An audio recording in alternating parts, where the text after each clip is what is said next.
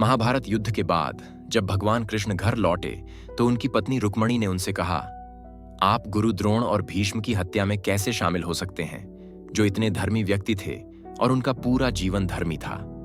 शुरू में भगवान कृष्ण ने उनके सवालों को टाल दिया, लेकिन जब वह नहीं मानी तो उन्होंने जवाब दिया, इसमें कोई संदेह नहीं है कि उन्होंने पूरे जीवन भर धर्म का पालन किया, लेकिन उन दोनों ने एक ऐसा पाप किया था जिसमें उनके पूरे जीवन भर के धर्म को नष्ट कर दिया। रुक्मणी ने पूछा, वह पाप क्या था?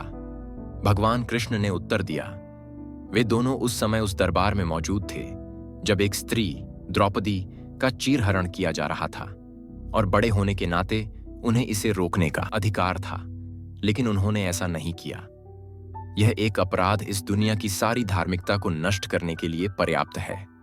रुक्मणी ने पूछा, लेकिन कर्ण के बारे में क्या? वह अपनी दानशीलता के लिए जाना जाता था। उसके दरवाजे से कोई भी खाली हाथ नहीं जाता था। आपने उसे क्यों मरवाया?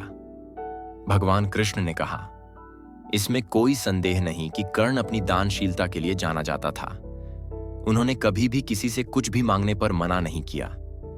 लेकिन जब अभिमन्यु महान योद्धाओं की सेना से सफलतापूर्वक लड़ने के बाद गिर गया और वह मर रहा था, तो उसने पास में खड़े कर्ण से पानी मांगा।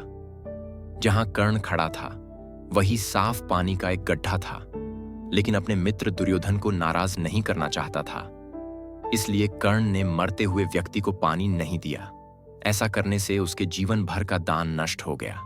बाद में युद्ध में वही पानी के गड्ढे में उनके रथ का पहिया फंस गया और कर्ण मारा गया। आपका एक अन्यायपूर्ण कार्य आपकी पूरी ईमानदारी को नष्ट कर सकता है।